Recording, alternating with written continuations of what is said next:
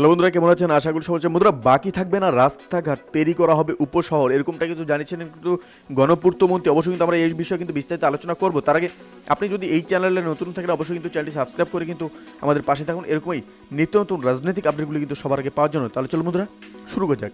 বাকি থাকবে না রাস্তাঘাট, ব্রাহ্মণবাড়িয়া ও বিজয়নগরে তৈরি করা হবে উপশহর। শিক্ষা সংস্কৃতির জন্য যা যা করা দরকার তাই করব। আপনার আজ যে জনসমুদ্র দেখিয়ে গণসম্বর্ধনা দিয়েছেন, এজন্য আমি বিজয়নগরবাসীর কাছে চিরকৃতজ্ঞ। প্রধান অতিথির বক্তব্যে গৃহায়ন ও গণপূর্তমন্ত্রী কিন্তু আবায়দুল মোক্তাদির চৌধুরী কিন্তু এসব কথা বলেন। আজ শুক্রবার বিকেল 3:30টায় কিন্তু উপজেলা পরিষদের মাঠে উপজেলা আওয়ামী লীগের আয়োজনে গণসম্বর্ধনা দেওয়া হয় গৃহায়ন ও গণপূর্তমন্ত্রী আবায়দুল মোক্তাদির চৌধুরী এমপিকে।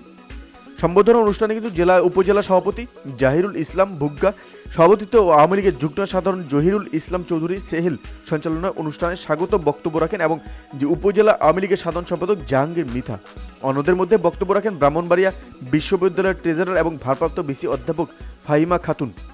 অন্যান্যদের মতো উপস্থিত ছিলেন জেলা যুবলীগের সভাপতি এড শাহানুর রহমান এবং সাধারণ সম্পাদক সিরাজুল ইসলাম এবং আরও অন্যান্যরা কিন্তু সেখানে উপস্থিত ছিলেন। সেই সম্বোধনা শেষে কিন্তু শিল্পী মমতাজ বেগম সাংস্কৃতিক অনুষ্ঠানে গান পরিবেশ করেন এবং কিন্তু তারা বলেছেন, গণপূর্তমন্ত্রী কিন্তু বলেছেন যে বাকি থাকবে না রাস্তাঘাট তৈরি করা হবে উপশহর।